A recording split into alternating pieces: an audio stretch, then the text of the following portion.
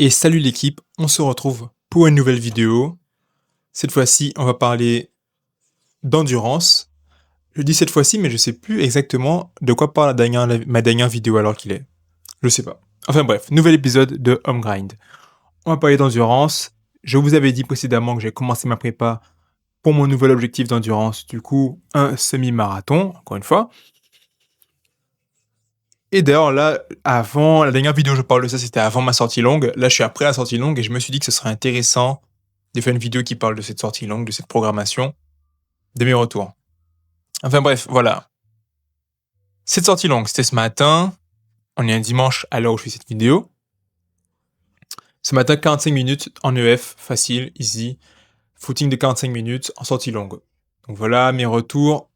45 minutes, courir 45 minutes à mon à mon humble niveau, c'est pas difficile, hein. Voilà, j'ai fait des trails de plusieurs heures. C'est pas ma première séance, c'est pas ma première prépa en endurance. De courir 45 minutes sans s'arrêter, c'est pas difficile. Même si des fois, par exemple, il y avait une petite côte, je me suis pas arrêté un peu après, tranquille, tu peux reprendre ton souffle. Des fois aussi, quand je cours longtemps, j'ai tendance, à pas faire attention au fait que, sans me rendre compte, je peux aller un peu trop vite pour l'endurance fondamentale. Et j'ai l'impression de des fois de surchauffer, en fait. Je me rends compte que, waouh, mais là, je sens bien mon battement de cœur, je sens que ça chauffe dans les jambes, ça chauffe dans les bras, plus dans les jambes. Dans tout mon corps, quoi, et je sens, en fait, à force d'expérience, vous savez que vous êtes un peu trop rapide, en fait.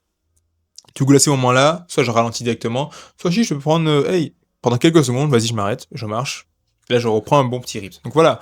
Certes, c'est censé être une séance en continu, juste en cours en footing, mais bon, ça peut arriver que je m'arrête quelques secondes, voilà. Après, si vous avez un problème, je sais pas qu'est-ce qui se passe dans votre séance, ça peut arriver aussi que vous devez vous arrêter pour marcher, c'est tranquille. Donc voilà, quoi, 45 minutes. C'était pas difficile en soi.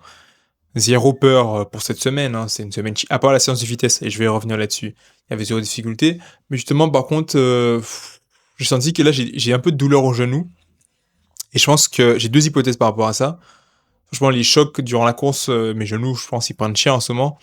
Premièrement, c'est par rapport à ma séance de vitesse. J'étais un peu trop pressé pour... Enfin, j'ai déjà parlé dans ma dernière vidéo, mais je trouve que j'étais un peu pressé sur mon retour aux séances de vitesse en endurance. J'aurais dû prendre mon temps. C'est important de pas faire que du footing, aussi faire des séances de vitesse, sinon on va juste stagner en fait. Notre corps a besoin de... notre cœur aussi a besoin de différents stimuli... Stimuli? Ça se dit? Différents stimuli? Pour bien s'adapter en fait. Si vous faites que de l'endurance basse, voilà, à un moment vous allez stagner. Du coup, j'ai fait cette séance de vitesse, mais je trouve quand même que je suis revenu trop vite. J'ai dû prendre plus mon temps et après revenir à un peu plus de vitesse des séances de VMA. Et voilà, du coup, j'ai fait cette séance de VMA, je l'ai validée, mais elle était difficile et je sens qu'elle a laissé des chocs sur mon corps. Et aussi mes chaussures. Alors, je sais pas pourquoi, mais ces chaussures, à la base, j'avais des ASICS Nova Blast 5.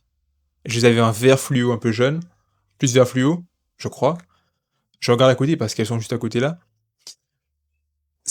J'ai fait de très bonnes prépas avec. Après, j'ai reacheté des ASICS Nova Blast 5, mais cette fois-ci une façon gris, parce que je me suis dit, bon, bah, si, je me suis dit, si cette chaussure est validée, ben, autant reprendre la même, en fait, je vais pas m'embêter. Mais là, depuis que je les ai eu, quoi, il y a 3 mois, environ. Même depuis le début, je sentais pas, quoi, mais je force dessus quand même, parce que je les ai payés cher, quoi.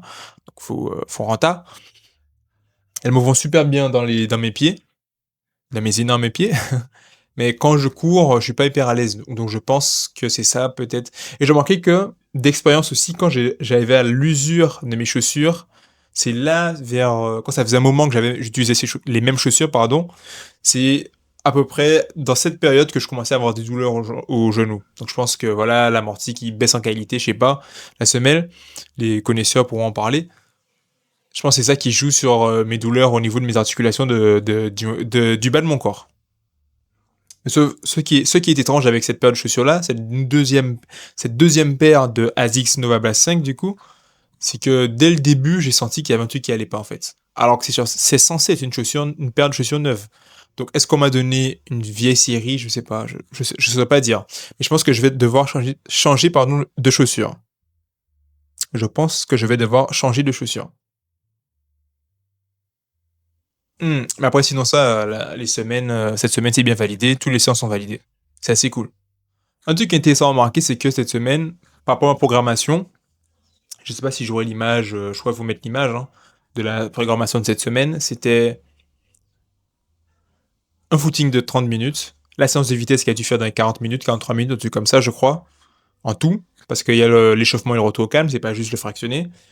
Samedi, une autre séance de 35 minutes, et la sortie longue de 45 minutes. Certains vont dire 45 minutes, c'est pas beaucoup pour une sortie longue. Le truc, c'est que la sortie longue, c'est pas, il n'y a pas un niveau requis, une distance requise, une durée requise pour faire une sortie longue.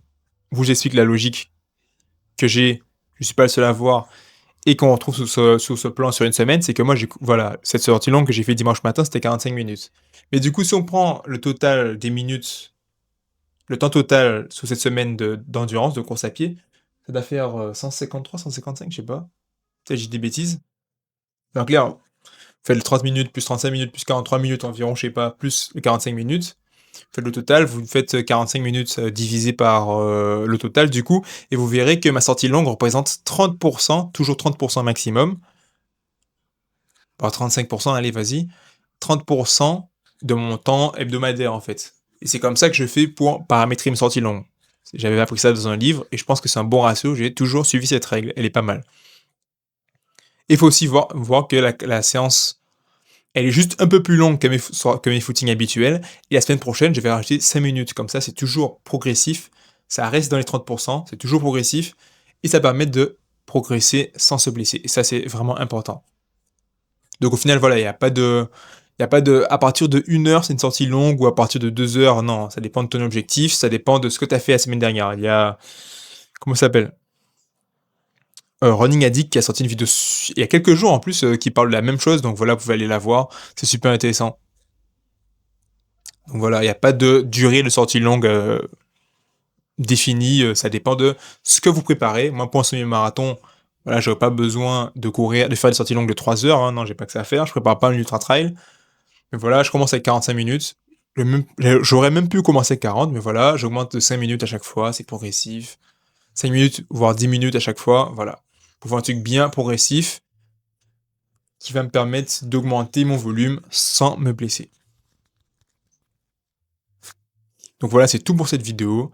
N'hésitez pas à me dire ce que vous en pensez dans les commentaires et on se retrouve pour une prochaine vidéo.